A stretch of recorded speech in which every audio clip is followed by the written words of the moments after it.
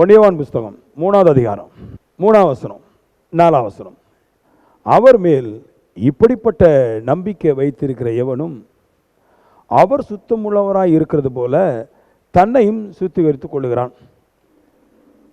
பாவம் செய்கிற எவனும் நியாயப்பிரமாணத்தை மீறுகிறான். நியாயப்பிரமாணத்தை மீறுவதே பாவம். 3வது வசனத்தில் சொல்றார், இப்படிப்பட்ட நம்பிக்கை. நம்ம எல்லாருக்கும் ஒரு நம்பிக்கை இருக்குது.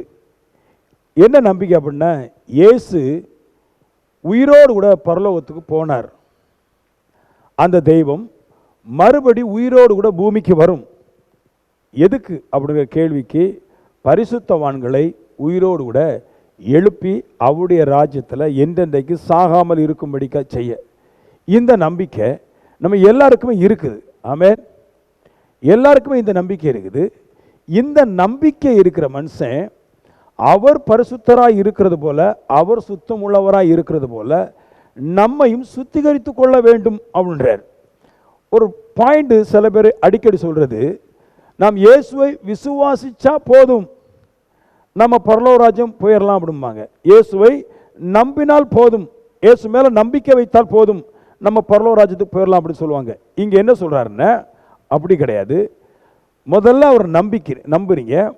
அந்த நம்பிக்கைக்கு என்னைக்கு நீங்க பாத்திரவான்களாய் மாறீர்களோ அன்னையிலிருந்து அவர் பரிசுத்தமா இருக்கிறது போல நம்மளும் பரிசுத்தமா வாழணும் அப்படின்றார். ஆமென். அப்படி பரிசுத்தமா வாழும்போது நீங்கள் நம்புற நம்பிக்கை கண்டிப்பாக நடக்கும் அப்படின்றார். அப்போ நம்மளை சுத்திகரித்து கொள்ள வேண்டும் அப்படின்றார், பரிசுத்தமாக்கி கொள்ள வேண்டும் அப்படின்னு சொல்றார். அப்படின்னா என்ன அர்த்தம்? நம்மகிட்ட பாவம் அநேகமாய் நிறையா இருக்குதுன்னு அர்த்தம். அதனால தான் சொல்றாரு, உங்களை நீங்க சுத்திகரித்து கொள்ள வேண்டும். அப்படின்னா பாவம் நம்மகிட்ட அதிகமாய் இருக்குது. பாவம்னா என்ன? பாவத்தை எங்க கண்டுபிடிக்கலாம் அப்படின்னு கேட்டீங்கன்னா, பாஸ்டர்கிட்ட கண்டுபிடிக்க முடியாது, போப்பாண்டவர்கிட்ட கண்டுபிடிக்க முடியாது, மெட்டானியிட்ட கண்டுபிடிக்க முடியாது, ஊழியக்காரனாக எங்கிட்ட கண்டுபிடிக்க முடியாது. பாவத்தை எங்க கண்டுபிடிக்க முடியும்னா, பாவம் என்னது என்பதை எங்க கண்டுபிடிக்க முடியும்? 1 யோவான் 3:4 சொல்றாரு, நியாயப்பிரமாணத்தை மீறுவதே பாவம். நல்லா கேளுங்க, அநேக பேருக்கு பாவம் இன்னதென்று தெரியாது. அப்ப இங்க சொல்றாரு, நியாயப்பிரமாணத்தில் எது பாவம்னு எழுதி வைத்திருக்கிறது, இந்த பாவத்தை கண்டுபிடிச்சு அந்த நீங்க மீறாமல் இருந்தால் அவர் வரும்போது நீங்கள் பரலோக ராஜ்யம் போவீர்கள் அப்படின்றார். பாவம் என்னது? நியாயப்பிரமாணத்தில் என்ன இருக்குது? நானே உன் தேவனாய கர்த்தர் 1. 2, என்னை இன்றி வேறு தெய்வம் உங்களுக்கு உண்டாக்க வேண்டாம், விக்கிரமாக உண்டாக்க வேண்டாம், அதை ஆராதிக்க வேண்டாம் அப்படின்னார். 3, ஓய்வு நாள பரிசுத்தமா ஆசரிக்கணும் அப்படின்றார். 4, கர்த்தருடைய நாமத்திலே வீணிலே வழங்கக்கூடாது. 5, தாயும் தகப்பனையும் கனம் பண்ணணும், இதெல்லாம் பரிசுத்தம். 6, கொலை செய்யக்கூடாது. 7, விபச்சாரம் செய்யக்கூடாது. 8, களவு செய்யக்கூடாது. 9, பொய் சொல்லக்கூடாது. 10, இச்சிக்கக்கூடாது. இந்த பிரமாணத்தை மீறுகிற எவனும் பாவம் செய்கிறான். பாவம் இப்படி செய்கிற மனுஷன் தன்னை சுத்திகரித்து கொள்ளும் பொழுது அவன் பரலோக ராஜ்யத்துக்கு போக முடியும் அப்படின்ட்டு சொல்றார். அப்போ நம்புறதுனால போக முடியாது, நம்பி ஜெபிக்கிறதுனால போக முடியாது, நம்பி உபாசம் பண்றதுனால போக முடியாது. நீங்கள் நம்புகிற நம்பிக்கைக்கு நீங்கள் பரிசுத்தவானாய் மாறும் பொழுதுதான், உங்க பாவத்தை விடும் பொழுதுதான் நீங்கள் உன்னதமான தேவனுடைய ராஜ்யத்துக்குள்ளாக போக முடியும். இன்னைக்கு சுத்திகரிக்கப்படணுன்றார், நம்மளை சுத்தம் பண்ணணும், நம்மளை பரிசுத்தமாக்கப்படணுன்றார். அதுக்கு அநேக பேருக்கு பாவம் என்னதுன்னு தெரியாது. நீங்க உதாரணத்துக்கு ஒரு போப்பாண்ட போய் கேளுங்க, பாவம் என்னதுன்னு கேட்டீங்கன்னா அவர் சொல்லுவாரு, களவு செய்யக்கூடாது, விபச்சாரம் செய்யக்கூடாது. இதுதான் பாவம்.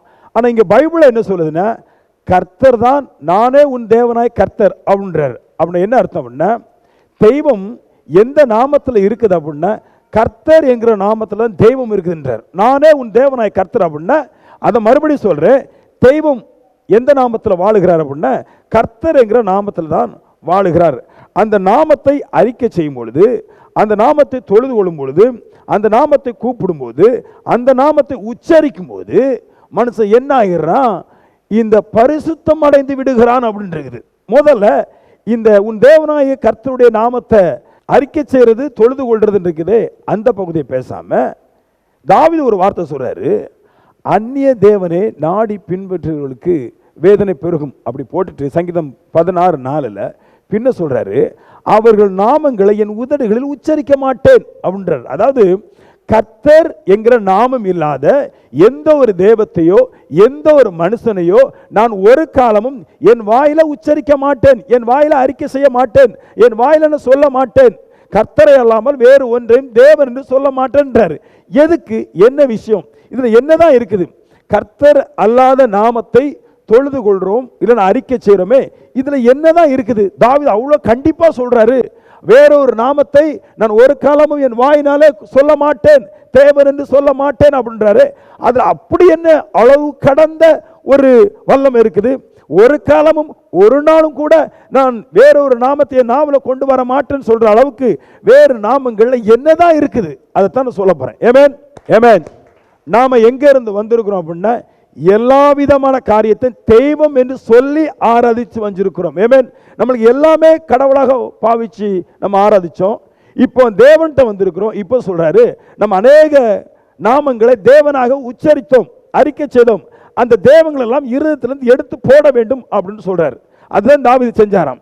இனி முக்கியமான இடத்துக்கு போவோம். ரெவலேஷன் புஸ்தகம் நல்லா பொறுதியா கேட்கணும். இனி ரொம்ப பொறுதியா போதிச்சாதான் புரியும்.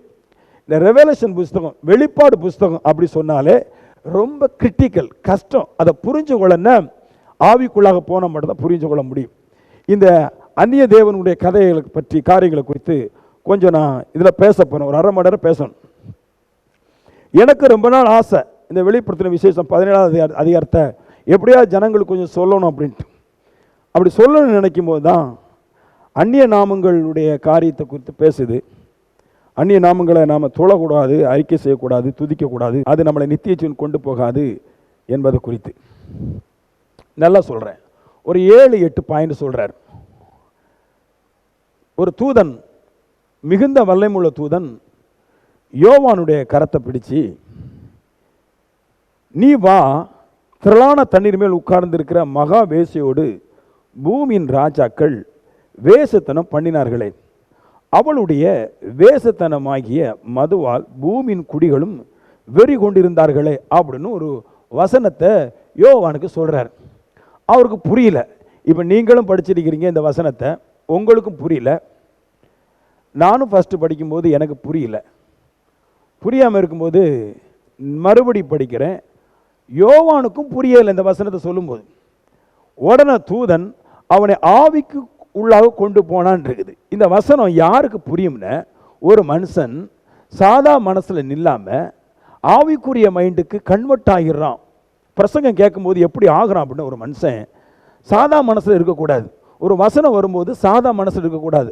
நம்ம எல்லா இடங்களில் இருக்கிற மாதிரி இங்கே இருக்கக்கூடாது. வசனம் புரியாது. யோவானுக்கே புரியலைன்றார். அப்போ ரொம்ப ஷார்ப்பாக எண்ணங்களை வெளியே கொடுக்காம, சிந்தைகளை வெளியே கொடுக்காம, சத்தியத்தை நல்ல ஆழமாக கேட்கும் பொழுது தான் நம்முடைய இருதயத்துக்குள்ளாக நாம் பல உண்மைகளை புரிந்து கொள்ள முடியும்.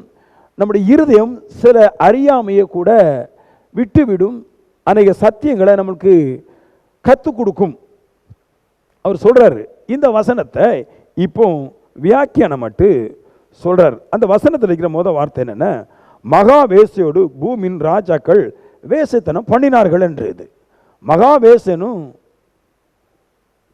ஒன்று இருக்குது. அந்த மகா வேசையோடு பூமியின் ராஜாக்களெல்லாம் வேசத்தனம் பண்ணினார்களாம் அப்படி இருக்குது. உலகம் முழுவதும் இருக்கிற ராஜாக்கள் இந்த மகா வேசையோடு வேசத்தனம் பண்ணினான் இருக்குது. இந்த மகா வேசைக்கு ஒரு நாமம் கொடுக்கப்படுகிறது. அந்த நாமம் என்னென்ன? ஸ்திரீ அப்படின்ட்டு 3வது வசனத்திலையும் 4வது வசனம் சொல்லுது. மகா வேசை அப்படி சொல்லிட்டு அவளுக்கு ஒரு பேர், மறுபடியும் சொல்கிறேன், ஸ்திரீ அப்படின்றாரு. என்ன அர்த்தம் அப்படின்னா, கர்த்தருடைய நாமத்தை தவிர வேறு எந்த ஒரு ஸ்திரீக்கும் நீங்கள் கர்த்தர் என்கிற நாமம், தெய்வம் என்கிற நாமத்தை கொடுத்து ஆராதிக்க கூடாது, உச்சரிக்க கூடாது. அதைத்தான் தாவீது சொல்றாரு, எந்த நாமத்தையும் எந்த தேவர்களையும் நான் உச்சரிக்க மாட்டேன். முதல்ல இங்கே சொல்றாரு, எந்த ஒரு ஸ்திரியும் கர்த்தர் அல்ல, அவளை நீங்கள் உச்சரிக்க கூடாது அப்படின்றார். தெய்வமாட்டு எந்த ஸ்திரிகளை நீங்கள் ஏற்றுக்கொள்ள கூடாது அப்படின்றார். அப்படி சொல்லிக்கிட்டு 4வது வசனத்தை சொல்றார். அழகாக எழுதிருக்கீங்க பாருங்க. அந்த இடத்துல அந்த ஸ்திரீ இரத்தாம்பரமும் சிவப்பான ஆடைய தரித்து பொன், முத்துக்கள், இன்னும் பலவிதமான காரியங்களை தரித்து அவள் கையில் ஒரு பொற்கோப்பையை பிடித்து கொண்டு, பாத்திரத்தை பிடித்து கொண்டு, அந்த பாத்திரத்தில் சகலவிதமான அருவறுப்புகளும் இருந்துச்சு அப்படின்ட்டு சொல்லுது. இது என்ன சொல்லுது? நல்லா கேளுங்க. ஒரு ஸ்திரியை விளக்குறாரு. ஒரு ஸ்திரீ நல்ல மேக்கப் போட்டிருக்கிறா, சகலவிதமான ட்ரெஸ்ஸும் சிவப்பாடைகளும் உடுத்திருக்கிறா, பொண்ணும் வைடியும் எல்லாம் உடுத்திருக்கிறா. உடுத்துக்கிட்டு கையில் ஒரு கோப்பை வச்சிருக்கிறா, ஒரு பாத்திரம் வச்சிருக்கிறா. அந்த பாத்திரத்தில் சகல அருவறுப்பும் சகல அக்கிரமும் செய்யலாம் அப்படின்னு வாங்க அப்படின்னு கூப்பிடுறாளாம். எல்லா அருவறுப்பும் எல்லா அநியாயம் ஏண்ட நீங்கள் செய்யலாம் அப்படின்னு கூப்பிடுதான். அப்போ என்ன அர்த்தம் அப்படி சொல்லுதுன்னு நல்லா கேளுங்க. எந்த ஒரு ஸ்திரியாக இருந்தாலும் சரி, அவள் என்னை பாவம், நீங்கள் என்னிடத்தில் பாவம் செய்யலாம், உங்கள் பாவம் கண்டிக்கப்படாது, பரிசுத்தவான்கள் மட்டும்தான் கண்டிக்கப்படுவார்கள், பாவம் கண்டிக்கப்படாது என்று ஏதாவது ஒரு ஸ்திரீ எங்கேயாவது பாவத்தை ஊக்குவிக்கும்படிக்காக ஒரு பண்டிகையோ ஒரு திருவிழாவையோ எதையாவது பண்ணும்போது அவர் சொல்றாரு, அது பாவத்தை ஏற்றுக்கொள்றதுனால, பாவத்தை விரும்புறதுனால, பாவத்தை தண்டிக்காதனால, பாவத்தை ஊக்குவிக்கிறதுனால நீ என்ன செய்யக்கூடாதான், அந்த நாமத்துக்கு கர்த்தர் என்கிற பேரை சூட்டி விட கூடாதுன்றார். இது மகா பெரிய பாவம். அதனால சொல்ற, தேவன் கர்த்தரே, தேவன் கர்த்தர் மட்டும்தான் தேவன். பாவம் செய்ய ஊக்குவிக்கிற எல்லாரும் பண்ணிக்கலாம், எல்லாரும் செய்யலாம் என்கிற ஒரு ஸ்திரீ இருக்கும்போது அந்த ஸ்திரியை ஒரு காலமும் நீங்கள் இருதயத்துக்குள்ளாக தேவனாக வைத்துக் கொள்ள கூடாதுன்றாரு. அது தேவனா வைத்துக் கொள்ளாமல் இதுல முதலாவது உங்களை சுத்திகரித்துக் கொள்ளுங்கன்றார். ஆமென். எங்க சுத்திகரிப்பு நடக்கணும்? சபையில எப்படி சுத்திகரிப்பு நடக்கும் பாருங்க. எது சத்தியம் தெரியாம ஓடி போய் சபையில இருந்துட்டு, ஆண்டவரே என் பாவத்தை மன்னிங்க. பாவம் என்ன அப்படின்னு கேட்டா, பாவம் என்னன்னு தெரியல. நான் ரோமன் கத்தோலிக்கத்தில் இருக்கும்போது எனக்கு ஒரு பாவமும் தெரியாது. 2 மாங்காவை கலாண்டுட்டு ஓடி போய், ஃபாதர் என் பாவத்தை மன்னிங்க. நான் புருஷனுடைய பாக்கெட்ல இருந்து மனைவிகள் ஒரு 2000 கலாண்டுட்டு, ஆண்டவரே என் பாவத்தை மன்னிக்கின்றது. இது தண்டிக்கப்படத்தக்கதான பாவம் அல்ல. எது தண்டிக்கப்படத்தக்கதான பாவம்? தன்னை தேவம் என்று சொல்லி எல்லா பாவம் செய்வதற்கு தன் ஜனங்களை ஊக்குவிக்கிறதே, அதுதான் பெரிய பாவம். அந்த பாவத்தை இருதயத்திலிருந்து எடுத்து போடுங்கன்ற. இனி இப்படிப்பட்ட ஒரு மகாவேசையான ஸ்திரீ எல்லா பாவங்களும் ஜனங்கள் செய்வதற்கு அவள் ஊக்குவிக்கிறாளே, இனி அவள் என் இருதயத்தில் இல்லை என்பதை இருதயத்திலிருந்து எடுத்து போடும்போது நீ முதலாவது பரிசுத்தத்தை அடைந்து விடுகிறாய். ஆமென். இயேசு கர்த்தர் தேவம் என்று எல்லாருக்கும் தெரியும், எல்லாரும் நம்புறாங்க. ஆனா எவன் ஒருவன் தன்னை தேவனுடைய சத்தியத்தின்படி நியாயப்பிரமாணத்தில் எழுதியிருக்கிற அந்த கட்டளையின்படி அந்த நியாயப்பிரமாணத்தை கை கொள்ளுறானோ அவன்தான் நித்திய ஜீவனுக்கு போவான். நான் அடிக்கடி சொல்லுவேன், வெள்ளை போட்டாலும் போடலாட்டி நீங்க போகலாம். நிறைய பேர் சொல்லுவாங்க. ஒரு சகோதரி வேலைக்கிழமை வந்திருந்தாங்க. அந்த சகோதரி சொல்லிச்சு, அவங்களுடைய சகோதரி ஒரு சகோதரி இருக்குது, அவங்க ஒரு சபைக்கு போறாங்க, இங்கே தான் போடுறாங்க, நல்லா பாடுவாங்க, நல்லா ஆடுவாங்க. அந்த சபைக்கு போகும்போது அந்த சபையில் உள்ள சகோதரி இந்த சகோதரியை பார்த்து சொல்லிச்சான். இந்த சகோதரி வேற சபைக்கு போகிறது, அது கொஞ்சம் பிரச்சனை, தீர்க்கதரிசனம் கேட்க வந்துச்சு. எங்கள் சபையில் நகையெல்லாம் கலட்டிட்டோம், நாங்கள் தான் பரலோகராஜ்யம் போவோம், நீ இன்னும் சபைக்கு போய் 10 வருஷம் ஆச்சு, நகை கலட்டையில், அதெல்லாம் நீ பாதாளம் தான் போவன்ச்சான். எங்கள் சபையில் நகை கலட்டையிலன்னா இன்னொரு சகோதரி வந்து சொல்லிச்சு பாருங்க, மாமியார் தொந்தரவு தாங்க முடியல, பொண்ணு ஓடி போய் சத்தியம் தெரியாமல் நகை கலட்டிட்டு, கலட்டினோன்னா வீட்டுக்கு வந்துச்சு. மாமியார் நல்லா ஏறுன்னு ஏறிட்டு, யார்கிட்ட கேட்டுட்டு நான் போட்ட தாலியை கலட்டிட்டு, நீ நகையை கலட்டிட்ட அப்படின்னு மாமியார் ஏறிட்டு 2-3 வாரம் கட்டுப்படுத்தி பார்த்துச்சு. மாமியார் நீங்கள் ஒன்றும் பேசக்கூடாது, கடவுளுக்காக கலத்திருக்கேன்னு. நாளடைவில் என்னாச்சு, இந்த பொண்ணு 2 கம்மல் எடுத்து காதில் போட்டுச்சு. சபையில் பார்த்த ஜனங்கள்லாம் நீ நரகத்துக்கு போயிட்டன்ட்டு. அந்த அம்மாவுக்கு ஒரே படப்பாவியான, நகை கலட்டுனா பரலோகம், நகை கலட்டுனா பரலோராஜ்யம், நகை போட்ட பாதாளமா? அவர் சொல்றது கிடையாது.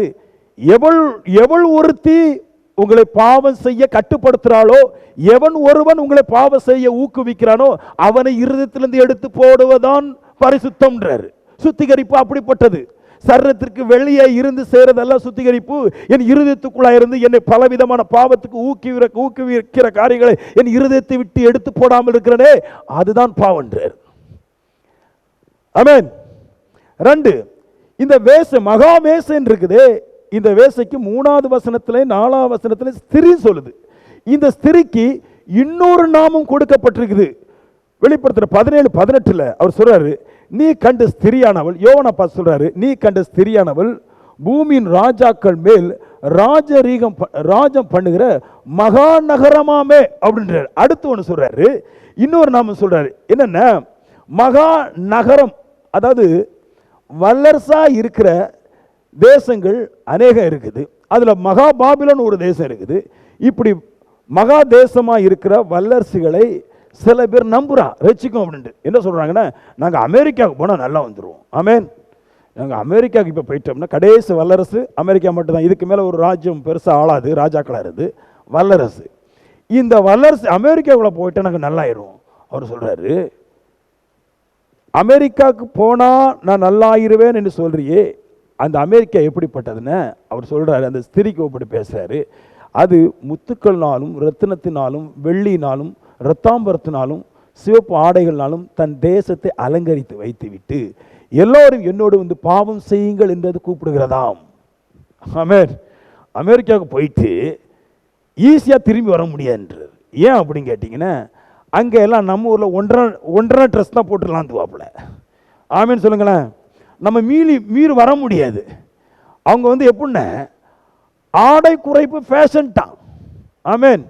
நல்ல ட்ரெஸ்ஸை குறைக்கும் போது ஃபேஷன் சொல்லிட்டான். ஏன் அப்படி சொன்னான்னு, ஏன் அவங்க நாட்டில் அந்த அளவுக்கு கலாச்சாரம் போயிட்டுன்னு, ஏன்னா பூமியின் ராஜாக்கள் எல்லாரையும் அவங்க கூப்பிடுறாங்களாம், வாங்க எங்கள் தேசத்தில் உங்கள் இருதயத்தில் இருக்கிற பாவத்தை செய்வதற்கு விஸ்தாரமான ஒரு வழியை திறந்து வைத்திருக்கிறோம், எல்லாரும் இங்கே வந்து என்னோட கூட பாவம் செய்யுங்கள் என்று அமெரிக்கா தேசம் கூப்பிடுறதாம். அவர் சொல்கிறாரு, ஒன்று பாவம் செய்யப்படுற ஸ்திரியையும் நீங்கள் கடவுளாக ஏற்றுக்கொள்ளக்கூடாது, இன்னொன்று உலகத்தில் மகா பெரிய தேசமாக இருக்கிற அமெரிக்காவையும் அது என்னை ரசிக்கும் என்று அதையும் நீங்கள் தேவனாக ஏற்றுக்கொள்ளக்கூடாதுன்றார். அநேக பேருக்கு ஸ்திரீ தெய்வம், சிலருக்கு மகா தேசமான அமெரிக்கா தேசம். ரெண்டை விட்டே கொடுக்க மாட்டான். கர்த்தர் சொல்றாரு, ரெண்டு ரசிக்காது. காரணம் என்ன? ரெண்டு உன்னை பாவத்துக்குள்ள தள்ளுன்றார். ஆமீன் சொல்லுங்களேன். ரெண்டு பாவம் தள்ளும், எல்லாம் அவுட்டு. சில பேர் முடிவோடு இருக்கிறான், நான் அமெரிக்காவுக்கு தான் போவோம்பான். போவான், ஒத்தையில் தான் போவான், 2-3 கூட்டு வந்துடுவான். பாருங்க, யார் யாரை கூட்டு வரோன்னு நம்மளுக்கு தெரியாது. ஏன்னா ஏன் அப்படின்னா, இங்கே நம்ம ஊரில் சொல்லுவாங்க பாருங்க, நம்ம ஊரில் நம்ம தாய்மார்கள்லாம் அவங்க பிள்ளைங்க கிளவியாகனாலும் அடிக்கும், நீ எப்படி அங்கே போகலாம் இங்கேயும் போகலாம் கேட்கும். அமெரிக்காவில் அப்படி கிடையாது. 10 வயசுல தூக்கி வெளியே போட்டுருவாங்க, நான் எந்தாலும் சுற்றிட்டு வரட்டேன் அப்படின்ட்டு. அவங்களும் அப்படி ஒரு சுதந்திரமா அங்கே கேட்க மாட்டான். அவன் சொல்கிறாரு, அது ரசிக்காது. அதையும் உங்களுடைய இருதயத்தில் எடுத்து போட்டுருக்கு. பாவம் செய்ய பண்ணுகிற எதுவும் உங்களை ரசிக்க போகிறது கிடையாதுன்றார். ஆமென். 3வது பாயிண்ட் சொல்றாரு, அவன் கண்ட தேவன் தூதன் மூலமா சொன்ன வார்த்தையில இன்னொரு பெரிய வார்த்தை இருக்குது. அது என்ன? அதுல போட்டிருக்கு பாருங்க, ஆவிக்குள்ளே வனாந்திரத்தில் கொண்டு போனான். அப்பொழுது 7 தலைகளும் 10 கொம்புகளும் உடைய தூசணமான நாமங்களால் நிறைந்திருந்ததுமான சிவப்பு நிறமுள்ள மிருகத்தின் மேல் ஒரு ஸ்திரீ ஏறி இருக்க கண்டேன். அந்த வசனத்தை வியாக்கியானம் பண்ணி தரிசனத்தில் காமிக்கிறார். ஆவிக்குள்ளா கொண்டு போய் காமிக்கிறார். 7 தலை அப்படின்றது தரிசனத்தில் பார்க்குற 7 தலை அப்படின்னா என்னது அப்படின்னா, நல்லா கேளுங்க. 7 தலை அப்படின்றது 7 தேசம் அப்படின்றார். 7 தேசம்னு என்னதுன்னா, மகாபாபிலோன் தொடங்கி அமெரிக்கா வரைக்கும் இது வரைக்கும் 7 தேசங்கள் தான் அந்த உலகத்தை ஆளுது. இந்த 7 தேசத்தைன்னு சொல்றார். இந்த 7 தேசமும் மகாபாபிலோன் வேசைகளுடைய கூடாரமாம் அப்படின்றது, வேசைகளுடைய வீடாம் என்றது. அதாவது பாவம் செய்கிற எல்லா மக்களையும் இந்த 7 தேசமும் அங்கீகரித்ததுன்றார். இங்கே வான்றது, என் கூட வா, என் கூட வான்றது. அதில் அவர் சொல்கிறாரு, பின்னாடி எழுதும்போது சொல்கிறாரு, இந்த 7 தலைகள் சொன்னார். அந்த 7 தலைகளில் 5 தலைகள் ஆண்டு அழிஞ்சு போய்விட்டது, 1 இப்போ நடந்துட்டு இருக்குது, இன்னொன்று வரும் அப்படின்றார். இந்த புக்கு எழுதும்போது பாபிலோனில் தொடங்கி 5 தேசங்கள் பாவம் செய்ய ஜனங்களை ஏற்றுக்கொண்டு ஜனங்களையும் கெடுத்து அதுவும் இல்லாமல் போயிட்டு, 6வது ஒரு தேசம் அப்போ ஆண்டு கொண்டிருந்தது ரோம். அதை ரோம் கத்தோலிக்கர்னு சொல்கிறாங்க, அவங்க ஆண்டுட்டு இருந்தாங்க. அவங்களும் ஜனங்களை பாவம் செய்ய கட்டாயப்படுத்தி அவங்களும் அழிஞ்சாங்க. 7வது ஒரு தேசம் வரும்னு சொன்னார் வல்லரசாட்டு. அது இங்கிலாண்டும் அமெரிக்காவும் சேர்ந்து இப்போ அதில் இருக்கிற இங்கிலாந்து போயிட்டு அமெரிக்கா இருக்குது. அமெரிக்கா தான் கடைசி வல்லரசாம். இந்த பாபிலோன் தொடங்கி அமெரிக்காங்கிற வல்லரசு வரைக்கும் எல்லாம் உங்களை பாவம் செய்ய வைக்கிறது. இந்த வல்லரசாக இருக்கிற தேசத்துடைய நாமங்களை நம்பி ஒருவன் அங்கே வேலைக்கு போனாலும் அங்கே வேற எதற்காக போனாலும் அவன் அவைகளிலிருந்து தன்னை பரிசுத்தப்படுத்தி கொண்டு காப்பாற்றப்பட முடியாமல் அவைகளுடைய பாவத்தினாலே அவன் கெட்டு போயிடான்றது. தன்னையும் கெடுத்து மற்றவளையும் கெடுக்கக்கூடியது கிறிஸ்து இயேசு நாமம் அல்லாமல் எந்த ஒரு நாமமும் தனக்கு மேன்மையை எடுத்துக்கொண்டால் அந்த நாமத்தை நான் நம்பும் பொழுது அந்த நாமத்தினாலே நான் பாவத்துக்குள்ளே விழுந்து விடுறேன். ஆமேன்னு சொல்லுங்களேன். பாபிலோனை பற்றி பேசுது, அதாவது வல்லரசு நாடுகளை பற்றி பேசுது. சில நேரத்தில் அங்கெல்லாம் போன ஆசை வரும். அவன் பலத்தை சத்தமிட்டு மகா பாபிலோன் விழுந்தது. அது பேய்களுக்கு குடியிருப்பு. ஆமேன்னு சொல்லுங்களேன். 2, சகலவித அசுத்த ஆவிகளுடைய காவல் வீடும் அசுத்தமும் அருவறுப்பும் உள்ள சகலவித பறவைகளுக்கு கூடுமா இருக்கிறது அப்படின்றாரு. இந்த வல்லரசு நாடெல்லாம் எப்படி இருக்குன்றாரு, எல்லா பாவமும் அங்கே போய் செஞ்சுக்கலாம், அங்கே ஃப்ரீ, இலவசம். ஆமேன்னு சொல்லுங்களேன். நம்ம வீட்டில் நம்ம ஊரில் தேட்டரில் பார்க்குறது கூட அங்கே ரோட்டில் பார்த்துடலாம், காசு கொடுக்காண்ட, இலவசம். நிறைய பேர் அமெரிக்கா போகிறது அதுக்கு தான் போகிறா, சம்பளத்துக்கெல்லாம் கிடையாது. நிறைய பேர்லாம் அமெரிக்காவுக்கு போயிட்டான் பாருங்க. போயிட்டு அப்பா அம்மாங்க சாப்பாட்டுக்கு வழி இல்லாமல் இருக்கு, பெரிய மாடி வீடு, சாப்பாட்டுக்கு வழி இல்லை, யாரும் வரல. ஏன்டா வாடா, அப்பா பணம் போதுண்டா, அப்பாட நிறைய சொத்து இருக்குடா, சம்பாதிச்ச போகும்டா, வாடண்டா. அப்பா நான் வரலப்பா, அமெரிக்கா விட்டுட்டு என்னால் வர முடியலன்றான். என்ன பிரச்சனை அப்படின்னா, ஊர்லன்னா ஒரே மனைவியோடு கூட வாழணும், அமெரிக்காவிலாம் 5-6 வாழ்ந்துக்கிடலாம். ஒரு கரங்களை தட்டிக்கிடலாம். ஆமேன். அமெரிக்காவில் 5-6 வாழ்ந்துக்கிடலாம், நல்லா இருக்கும் அப்பா நான் வரல அப்படின்ட்டான். உங்களை கவனிக்க பிரச்சனை கிடையாது, வீட்டில் 3 கேமரா வச்சிருக்கிறேன், அது அமெரிக்காவிலேருந்து பார்த்தா தெரியுது, அதனால் ஏன் மொபைலில் நீங்கள் எங்கே போகிறீங்க எங்கே வந்து கவனிச்சுக்கிறேன் அப்படின்ட்டு. இவர் சொல்கிறாரு, நீ போகிற எங்கேயோ போகிற, நீ அதை கவனிக்க மாட்டேன்ற, நான் எங்கேயோ போயிடுவேன்னு தான் என்னையோ பார்க்குறேன் அப்படின்ற. நான் சொல்கிறேன், எந்த ஒரு நாமும், மறுபடி சொல்கிறேன், எந்த ஒரு தேசமும், எந்த ஒரு மனுஷனும், எந்த ஒரு ஸ்திரியும் பாவம் செய்ய உங்களை கட்டுப்படுத்தினால் அங்கே நிற்காத. பாவம் என்னது? கச்சேரி, படம், கண்ட காரியம், கழுத 10 நாளையும் போடுவான் பாரு, அந்த இடத்துல நிற்காதுன்றாரு. அது தெய்வம் அல்ல. தெய்வமாக இருந்தால் ஒருவனை பாவம் செய்ய அது ஊக்குவிக்காது, பாவம் செய்ய அனுமதிக்காது. அங்கே பாவம் அவன் செய்தால் அங்கே கொலை மரணம் நடக்கணும். மீறி அவன் பாவம் செய்யும்போது அங்கே இருக்கிற தெய்வங்கள் கண்டுகொள்ளாமல் இருக்குன்னு அது உங்களை நரக பாதாளத்துக்கு கொண்டு போகிறதாம். ஆமென். ரட்சிப்பு இல்லையா? அடுத்து சொல்றாரு, இன்னும் கொஞ்சம் போவோம். 7 தலைகள் பார்த்தாருன்றாரு. அடுத்து சொல்றாரு 10 கொம்புன்றாரு. இந்த 10 கொம்புனா என்ன அப்படின்னா, இதை சொல்றேன். 10 கொம்பனை பாபிலோன் தொடங்கி அமெரிக்கா வரைக்கும் 7 தேசங்கள் அழிஞ்சு போகும். இனி அடுத்த அமெரிக்கா தான் அழியும்.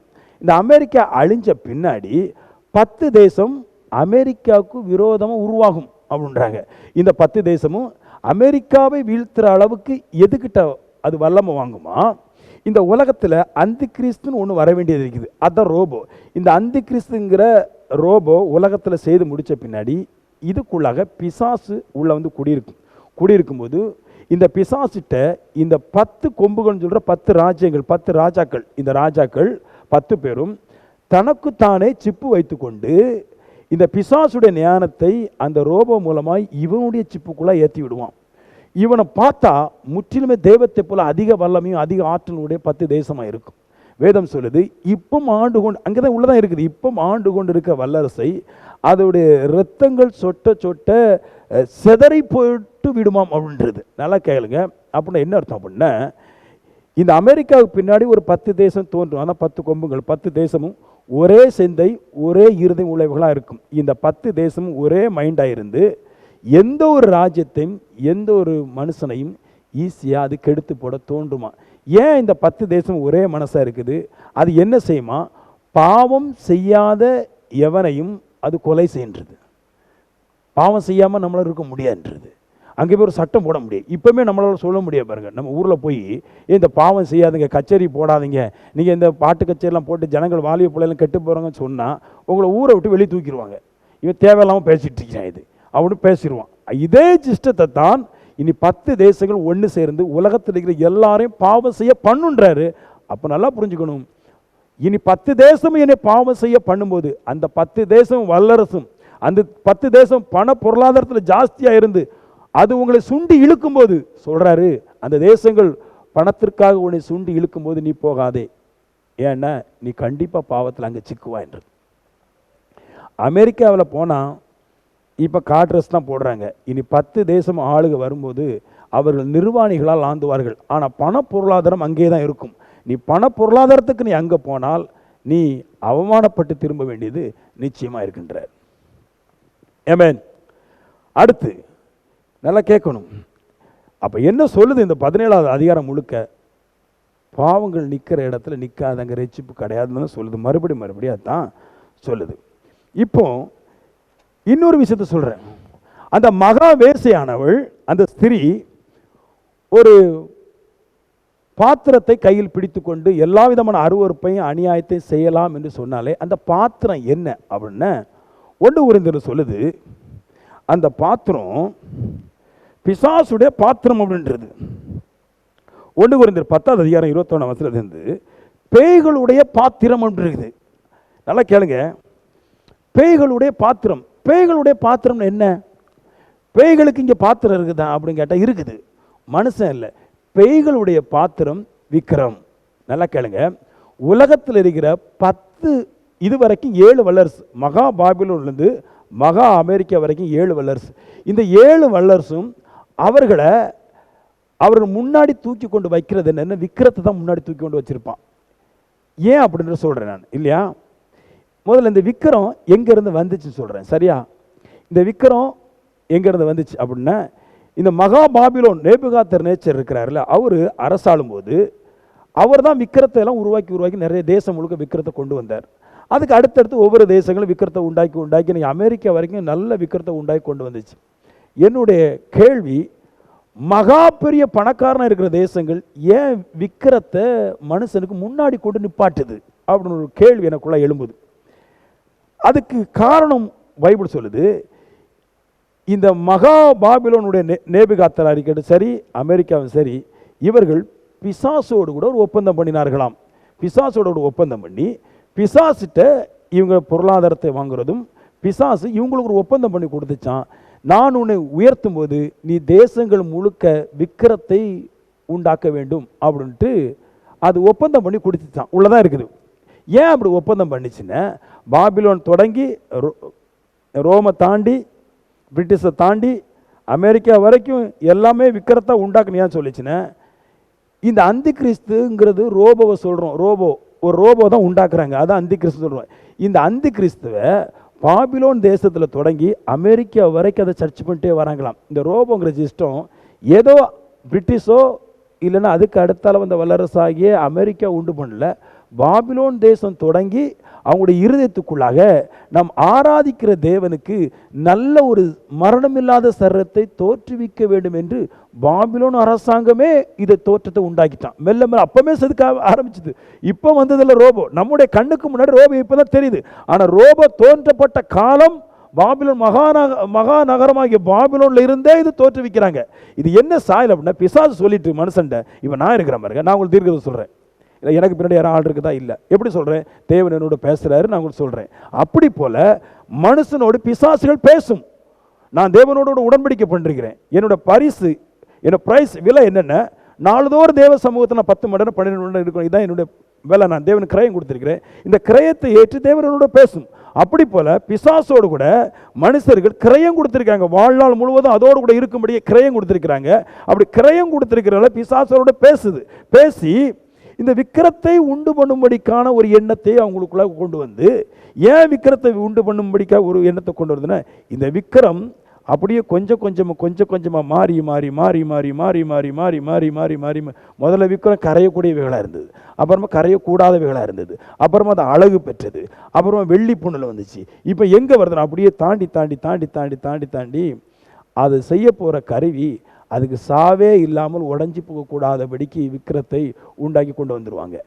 விக்கிரம் தோன்றின காலம் பாபிலோன், முடிகிற காலம் அமெரிக்கா முடியும் போது விக்கிரத்தை செய்து அந்த ரோபோவை முழுமையாக செய்துட்டு தான் அது சாகும். அது சாகும்போது இந்த ரோபோவில் பிசாசு வரும். பிசாசு வந்த பின்னாடி உலகம் முழுவதும் அதை நாசமாக்கிறோம். ஆமென்.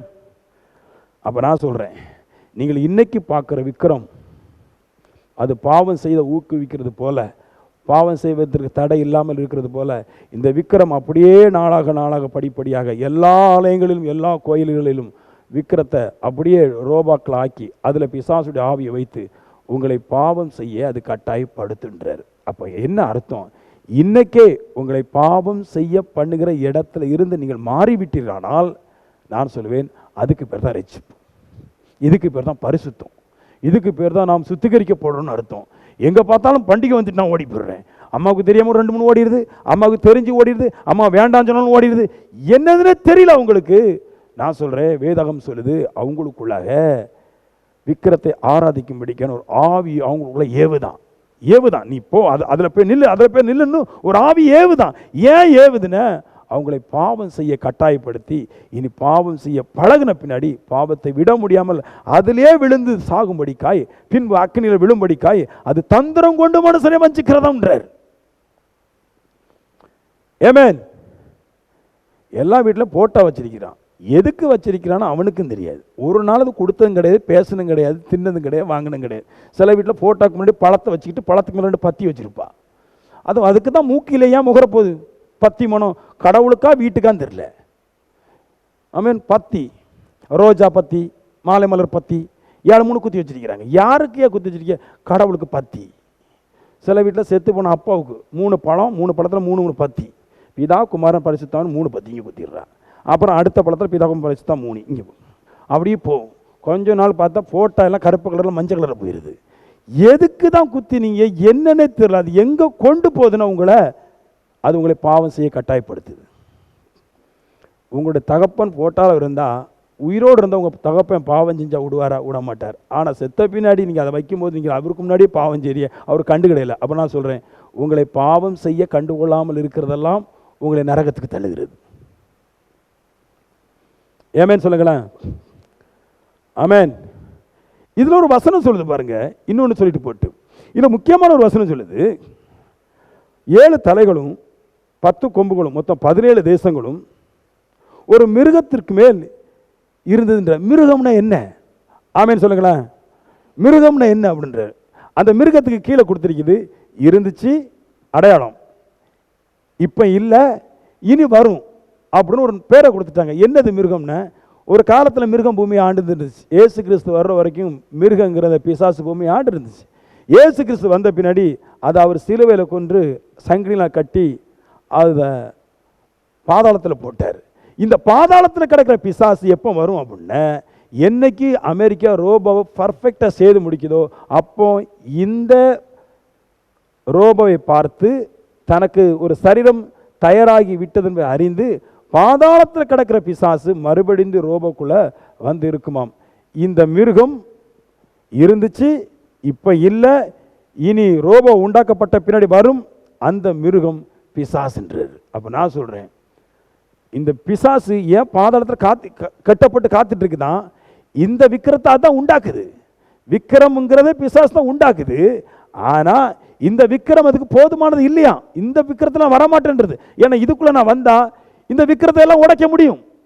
கோவம் வந்து குடிகாரனையும் உடைச்சு போடுவான், பிசாசுக்கு அசிங்கமாயிரும். இப்போ அது என்னது பார்க்குன்னு, பிசாசு எதிர்பார்க்கிற சரீரம் விக்கிரம் தான். ஆனால் இந்த மாதிரி கிடையாது.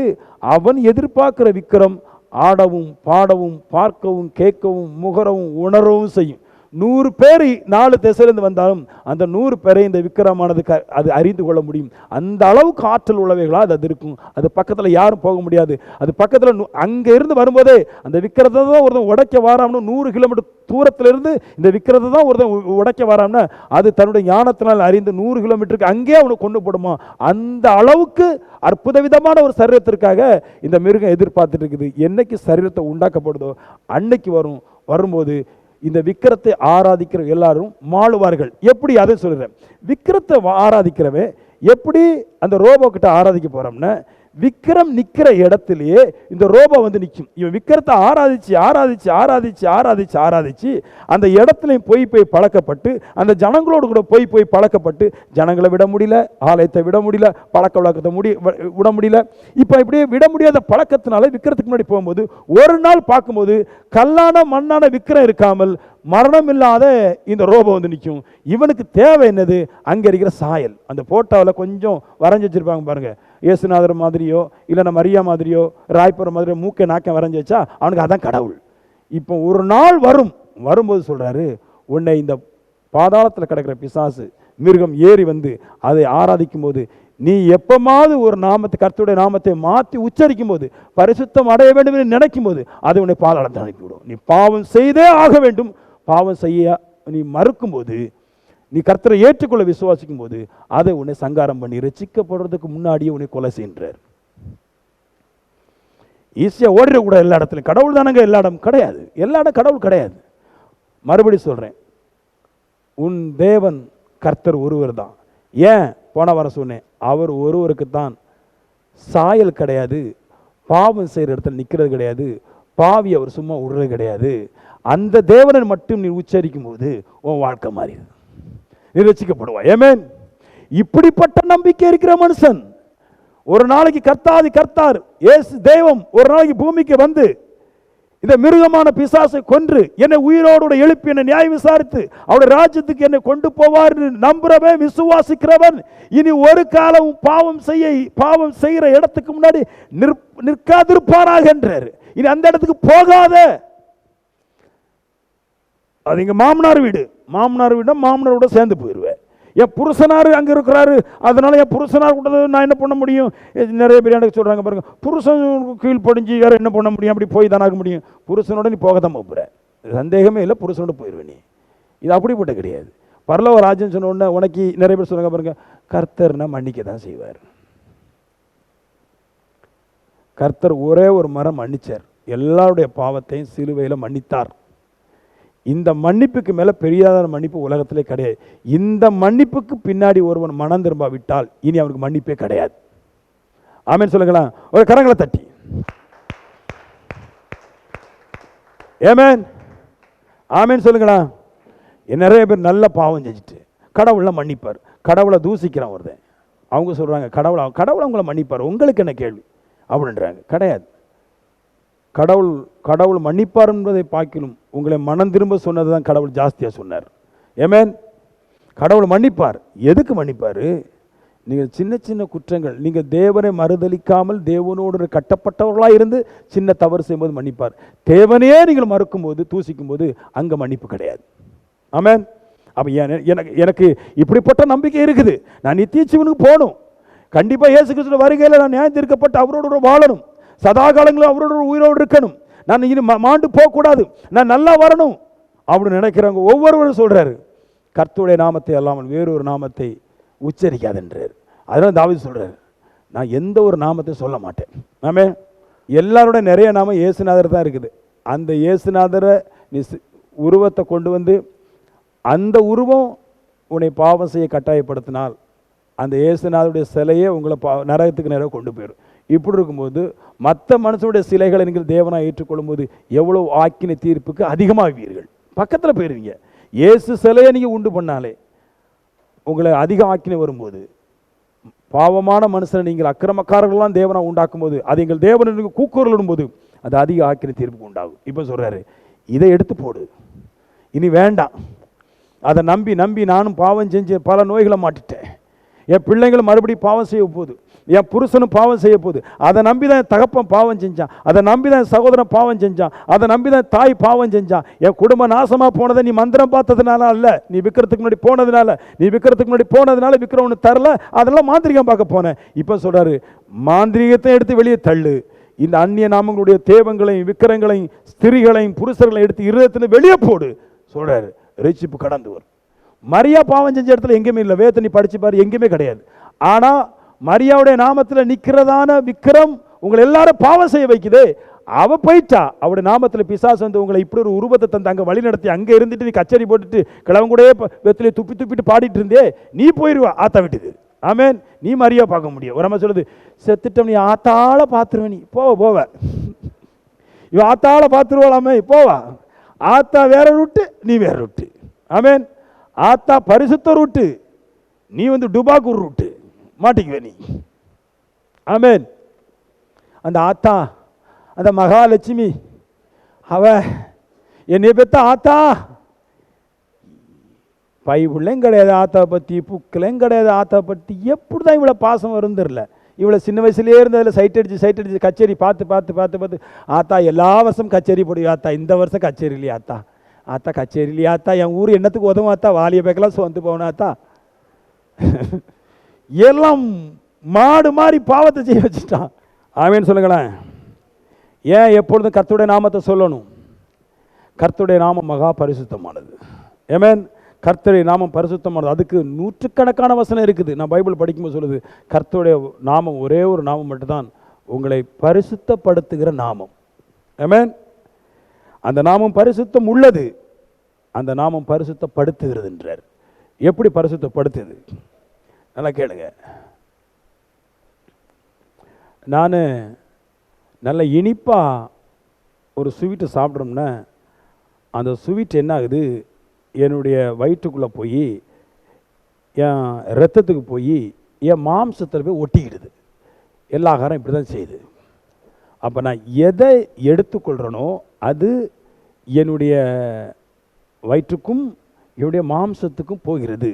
அப்படி போல் நான் பாவத்தை ஆராதிக்கும் போது என் ஆத்மாவுக்கு பாவம் போய் என் ஆத்மாவுக்கு எடுத்துருது. நான் பரிசுத்தரை ஆராதிக்கும் போது பரிசுத்தம் என் இருதயத்துக்கு போய் என் வாழ்க்கையை பரிசுத்தமாக மாற்றிடுது. அதனால அவர் சொல்கிறாரு, கர்த்தர் பரிசுத்தர். ஆமென். மகாதேவன் பரிசுத்தர். அவரை ஓயாமல் தூதர்கள் எல்லாரும் பரிசுத்தர் பரிசுத்தர்னு ஏன் சொல்லிட்டு இருக்கிறாங்க அப்படின்னா, துதிக்கலைங்க.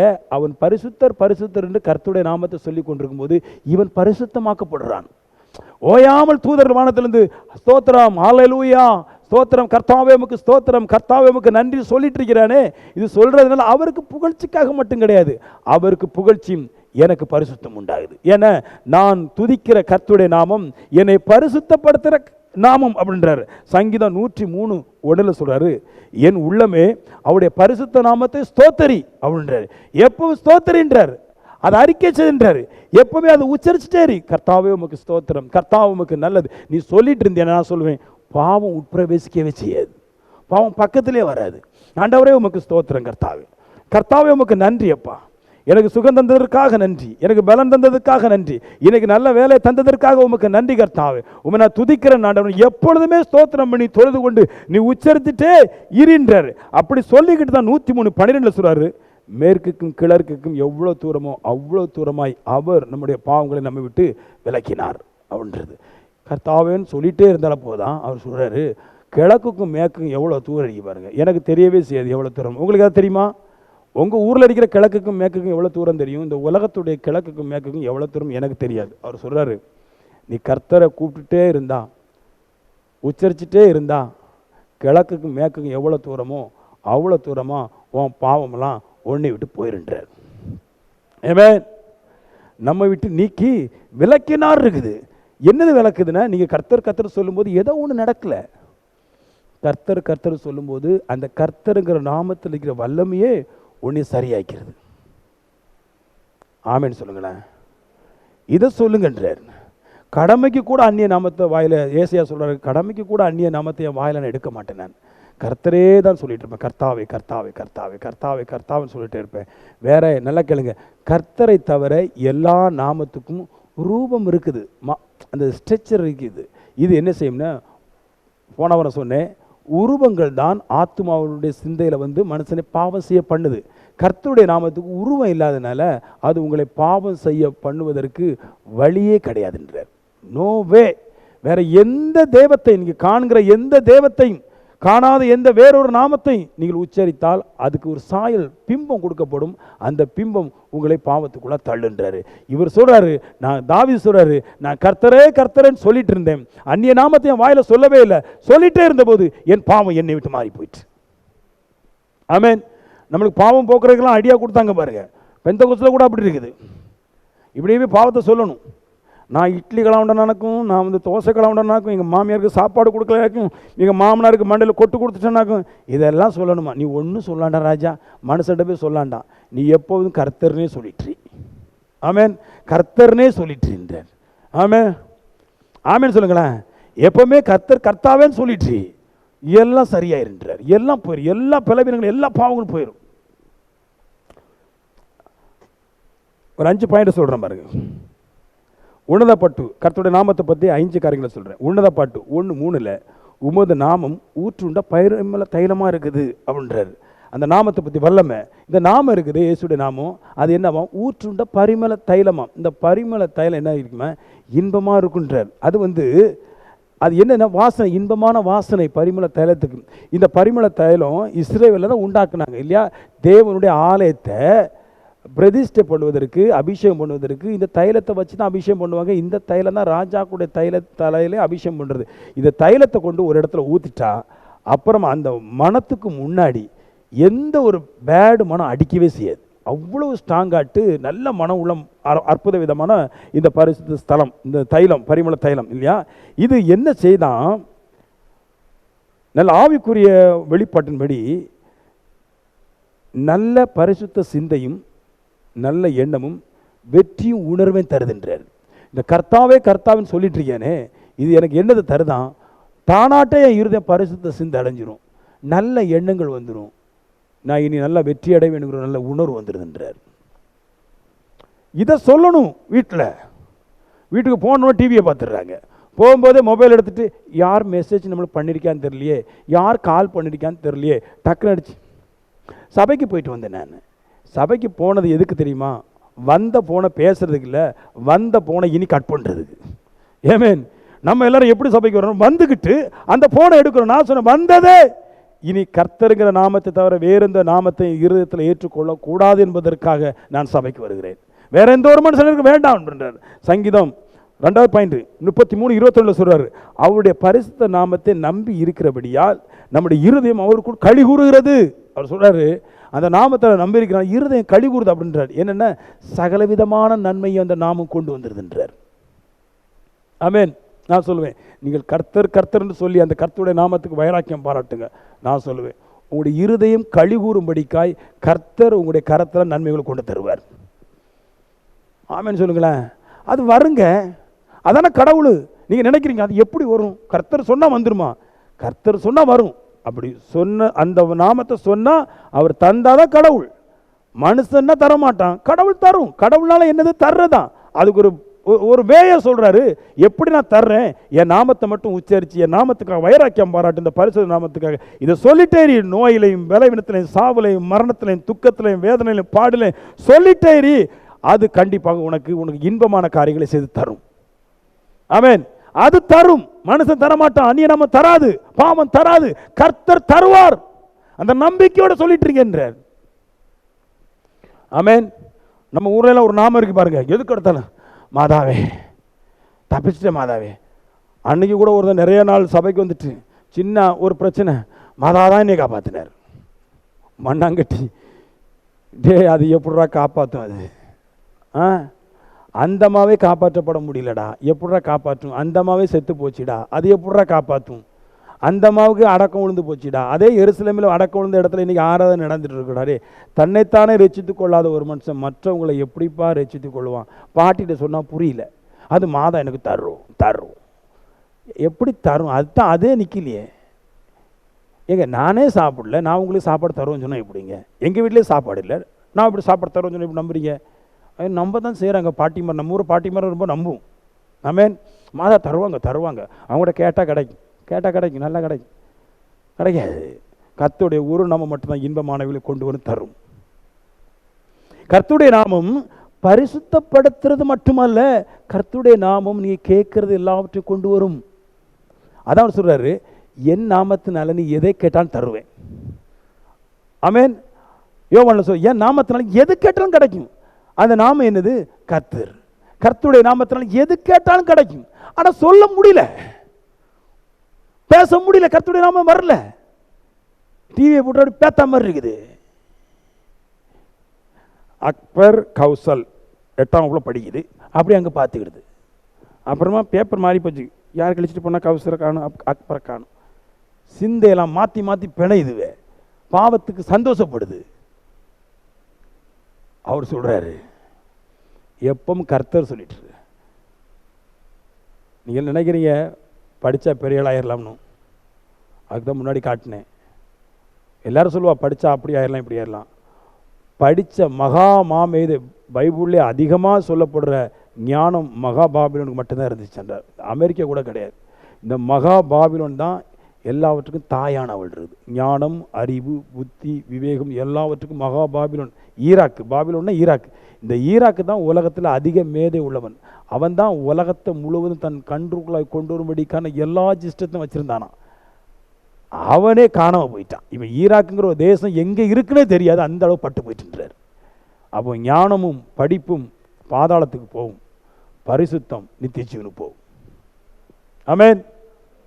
அடுத்து படிக்க வைக்கிற தப்பு இல்லை, ஆனால் கடவுள் இல்லாமல் ஒரு காரியத்தை நீங்கள் நினச்சிடாதீங்க. கடவுள் வேண்டாம், எனக்கு வேற நாமத்தில் இருக்கிற நன்மைகள் தான் வேணும் அப்படின்னா கண்டிப்பாக பாதாளம் போவோம். கர்த்தரே எனக்கு வேணும் அப்படின்னு முடிவு பண்ணிட்டீங்கன்னா கர்த்தர் உங்களை நித்திய ஜீவன் கொண்டு போகும், உங்களை ரட்சிக்கும். யோவேல் 2:32 சொல்கிறாரு, கர்த்தருடைய நாமத்தை தொழுது கொள்கிற எவனோ அவன் ரட்சிக்கப்படுவான். அப்படி சொல்லிட்டு உங்கள் தேவனாய கர்த்தரும் பரிசுத்தரையும் அறிந்து கொள்வீர்கள். அந்த நாமத்தை யாரெல்லாம் தொழுது கொள்கிறீங்களோ அவர் ரட்சிக்கப்படுவான். அப்படி சொல்லிட்டு உங்கள் கர்த்தரும் பரிசுத்தை அறிந்து கொள்ளுவீங்க. என்ன அறிந்து கொள்ளுவீங்க? அந்நியர் அதை கடந்து போவதில்லை.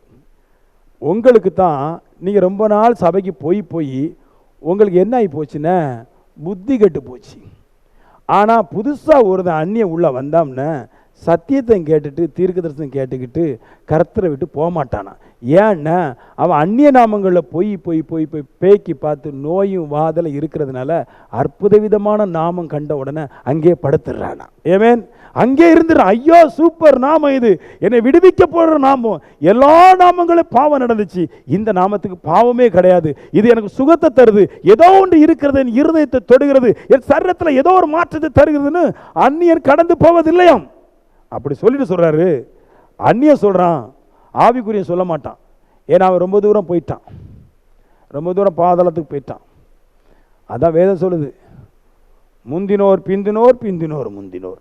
எல்லாரும் முதலே வருவாங்க, பட்டுன்னு பாதாளத்துக்கு போயிடுவாங்க. சில பேர் கடைசியில் வருவாங்க, நித்திய ஜீவனுக்கு போயிடுவான். ஏன்னா அவன் சொல்கிறான், அவன் அந்நியன் சொல்கிறான், கர்த்தருடைய நாமம் பலத்த துருகம், கர்த்தருடைய நாமம் பர்வதங்கள் திராட்சை ரசத்தை தரும். கர்த்தருடைய நாமத்தை சொன்னால் பர்வதத்தில் இருந்து திராட்சை ரசம் வரும். கர்த்தருடைய நாமத்தை சொன்னால் மலைகள் பாலாய் ஓடும். நீ கர்த்தருடைய நாமத்தை சொன்னால் எங்கே இருந்துனாலும் அற்புதம் நடக்கின்றார். எப்படி வேணாலும் நடக்கும், நம்புங்க. அது எந்த அளவு போனாலும் கர்த்தர் அற்புதம் செய்வார் கர்த்தருடைய நாமத்தை சொல்லும்போது. ஆனால் மனுஷனுக்கு அது புகட்டாமல் போயிடுச்சு பாருங்க. கிறிஸ்தவ மனுஷனுக்கு கர்த்தரை புகட்டாமல் கண்ட நாமத்தெல்லாம் புகட்டி விட்டுட்டு. கர்த்தருடைய நாமத்தில் அவ்வளோ வல்லமை இருக்குது, அது ஜெயித்து தரக்கூடியது, அது மகா பிரமாணமானது, ஆச்சரியமானது. எப்படி வேணாலும் என் சரீரத்துக்குள்ள ஊடுருவி பாய்ந்து சுகத்தை தர முடியும், எங்கே இருந்தாலும் நன்மைகளை கொண்டு வர முடியும். கர்த்தருடைய நாமம் விட்டு போயிடக்கூடாது, ஒரு காலம் இதை விட்டு போயிடக்கூடாது. அடுத்து சொல்றாரு அப்போஸ்தலர் 2:21, கர்த்தருடைய நாமத்தை தொழுது கொள்கிறன் எவனோ அவன் ரட்சிக்கப்படுவான் என்று வேதம் உரைத்திருக்கு. வேதத்தில் சொல்றீங்கதான். யாரா இருக்கட்டுங்க, ஏழையா இருங்க. நிறைய பேர் சொல்றாங்க, நான் ஏழையா இருக்கும், கர்த்தர் எனக்கு எப்படி வழி தருவார், எனக்கு வழி திறக்குமா? நான் சொல்றேன், அவரை தொழுது கொள்கிற யாவருக்கும் அவர் வழிவாசலை உண்டாக்குறார். ஆமென் சொல்லுங்களேன். ஆச்சரியமான வழி என்னென்ன அவர் சொல்றாரு. இஸ்ரவேலே, பேதுரு சொல்றார், இஸ்ரவேலே நான் சொல்லும் வார்த்தையை கேளுங்க. எல்லாரும் கேளுங்கப்பா கொஞ்சம் அப்படின்றார். கேளுங்க கொஞ்சம். கர்த்தருடைய நாமத்தை தொழுகிறவனுக்கு எப்படிப்பட்ட அதிசயம் நடக்கும் சொல்றார், கேளுங்க. நீங்கள் அறிந்திருக்கிறபடி நசரேயனான இயேசு கிறிஸ்து கொண்டு தேவன் உங்களுக்குள்ள பலத்த செய்கைகளையும் அற்புதங்களையும் அடையாளங்களையும் நடப்பித்தார். கர்த்தர் இயேசு கிறிஸ்து மூலம் பலத்த காரியங்களையும் அற்புதங்கள் அடையாளங்களையும் நடப்பித்தார். அவைகளினாலே அவரை உங்களுக்கு வெளிப்படுத்தினார். தேவை யாரு? கர்த்தர் யாரு? கர்த்தருடைய நாமம் எப்படிப்பட்டது? அது அவரை உண்மையோடு கூட தொழுது கொண்டவர் மூலமாக உலகத்துக்கு பெரிய பெரிய அற்புதங்களை செஞ்சு தின்றார். இயேசுக்கும் பிதாவாகிய கர்த்தருக்கு என்ன சம்பந்தம்னா, பிதாவாகிய கர்த்தரை உண்மையோடு கூட இயேசு கிறிஸ்து தொழுது கொண்டாராம். அந்த உண்மையோடு கூட தொழுது கொண்டதுனால பிதாவாகிய தேவன் இந்த வல்லமை இயேசு கிறிஸ்துட்ட வந்து இயேசு கிறிஸ்து மூலமாய் நாம் பிரமிச்சு போகிற அளவுக்கு அற்புதங்களை அடையாளங்களை செஞ்சிச்சான். இது இயேசுக்கு எழுதப்படலை, இயேசுக்கு நடந்துன்னு சொல்லுது, உங்களுக்கு எழுதப்பட்டிருக்குது. உண்மையோடு கர்த்தராய் இயேசு கிறிஸ்துடைய நாமத்தை தொழுது கொண்டால் தேவனுடைய ஆவி உங்களுக்குள்ளாய் வந்து உங்களுக்குள்ளாய் பலத்த காரியங்கள் செய்யும். ஆமென்னு சொல்லுங்களேன். போகிற இடத்துல நீ வேலை செஞ்சதான் வாய்க்கும். நீ செஞ்ச உடனே இதுவரைக்கும் செய்யாமல் நடக்காமல் இருக்கும். உண்மையோடு கூட கர்த்தரை ஏற்றுக்கொண்டேன்னா வாய்க்க ஆரம்பிச்சிடும். உண்மையோடு கூட ஏற்றுக்கொண்டுட்டா ஞாயிற்றுக்கிழமை ஒரு காலமும் எந்த பண்டிகை, எந்த பால்காய்ப்பு, எந்த திருவிழா, யார் செத்தா, யார் மாண்டா, யாருக்கு அடக்கம் போகாது. இதை நான் கொஞ்சம் பப்ளிக்காக பேசணும் பாருங்க. நான் கர்த்தரை ஏற்றுக்கொண்டிருக்கிறேன், எனக்கு இன்னும் வாய்க்கல. வாய்க்கும் பாரு. 2 மரணம் உன் வீட்டில் விழும்போது, உன் வீட்டில் விழக்கூடாது. கர்த்தர் ஸ்தோத்திரம். உன் பெரியப்பன் நொண்டிகாலான்னு சித்தப்பன் அமுக்கு வாயன்னு சாகும்போது அப்போ உன் விசுவாசம் தெரியும், இங்கே இருக்கிறமா அங்கே இருக்கிறமான்னு. நான் சொல்கிறேன், விசுவாசம் எங்கே தெரியும் அப்படின்னா, உன் சோதனை வரும்போது நீ உண்மையாய் தொழுது கொள்கிறாய் என்பதை காமிச்சேன்னு நான் சொல்லுவேன், உன் மேலே ஆவி வரும், உன்னை கொண்டு அற்புதங்களை செய்யும். ஆமென். என் ஜீவனே போனாலும் கர்த்தருடைய நாளை ஒரு காலம் எவனுக்கு விட்டு கொடுக்க மாட்டேன். கர்த்தர் அவர் ஜீவன் போனாலும் என்னை எவனுக்கு விட்டு கொடுக்காது. ஆமென் சொல்லுங்களேன். கர்த்தருடைய நம்ம பலத்தை துருக்கும், அப்படிப்பட்ட காரியத்தை செய்யும். நான் இன்னைக்கு வரல. என்ன சிஸ்டர் வரல? அது கொஞ்சம் பிரச்சனை. என்ன பிரச்சனை? சபையில் அந்த அக்கா சரியில்லை. சபை அந்த அக்காவுடைய சபையா? கர்த்தருடைய சபை தானே? இல்லை, அவங்கள பார்த்துட்டு ஒரு மாதிரி இருக்குது. அப்போ அவங்க நித்தியஜீவனில் இருப்பா, நீ அங்கே போக மாட்டா. ஏன்னா அவளை அங்கே நித்தியஜீவனில் இருக்கும்போது உனக்கு அங்கே ஒரு மாதிரி இருக்கும்.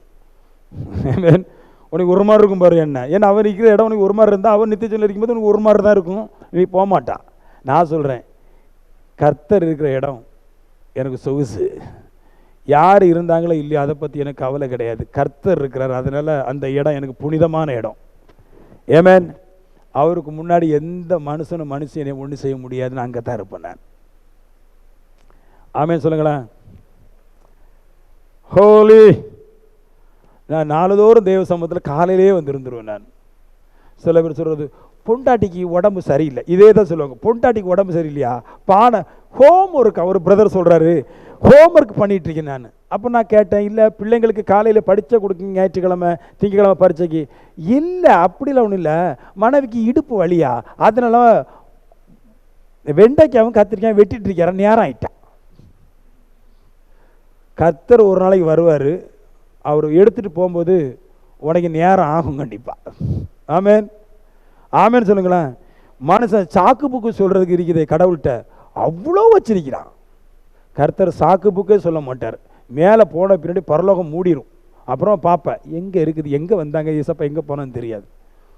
உண்மையாருன்றேன் நான். எல்லாரும் சொல்லுவா ஜெபம் பண்ணணும், நீ ஜெபம் பண்ணாத, உண்மையாயிரி கடவுளுக்கு, கண்டிப்பாக நீ ஆசீர்வதிக்கப்படுவேன்றேன் நான். போன வாரம் கூட சொன்னேன் நான், ஓய்வு நாளை பரிசுத்தமாக ஆசரிக்க நினைப்பாயாக. இன்னைக்கு இருந்து போகிற நாளைக்கு போகும்போது இந்த ஓய்வு நாளை கண்டிப்பாக நான் ஆசீர்வதிப்பேன் முடிவாயிரி. அப்புறமா இன்னொரு முடிவு பண்ணு, பரிசுத்தமாக ஒரு நான் ஆசரிப்பேன் முடிவு பண்ணு, கண்டிப்பாக போவேன் நீ. ஆமென்.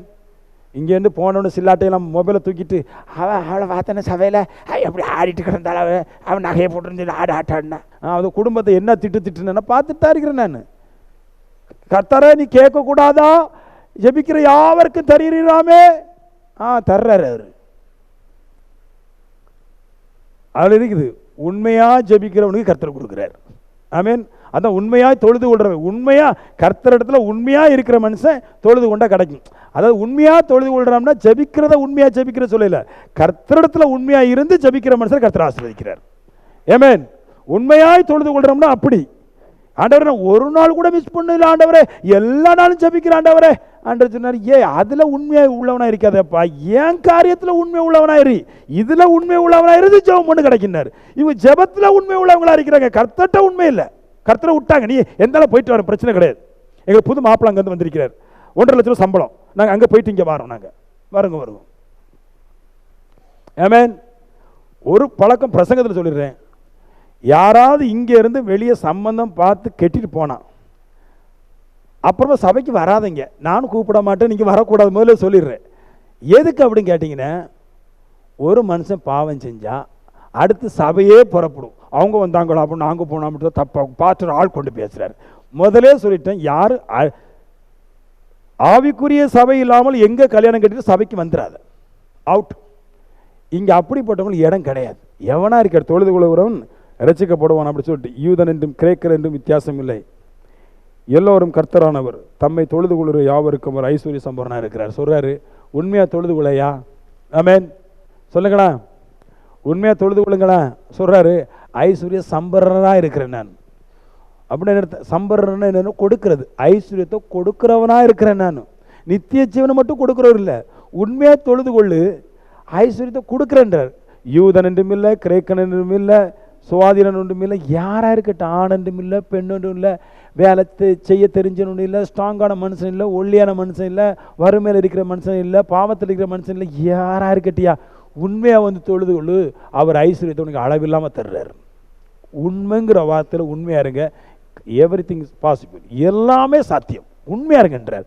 இன்னைக்கு போறீங்க, பல பிரச்சனைகள் உங்களுக்கு தேடி வரும், பிசாசு பல தந்திரங்களை கொண்டு வரும், கர்த்தரை ஆராதிக்க கூடாதபடி. என் ஜீவன் போனாலும் நான் கர்த்தரை விட மாட்டேங்கிற உண்மையில இருங்க. நான் சொல்லுவேன், 1000 நாள் உபாசம் பண்ணி ஜெபிக்கிற பாக்கிலும் நீ கர்த்தருக்காக எடுக்கிற ஒரு வைராக்கியம் உன்னை வான பரிந்து உயர்த்தும். ஆமென்.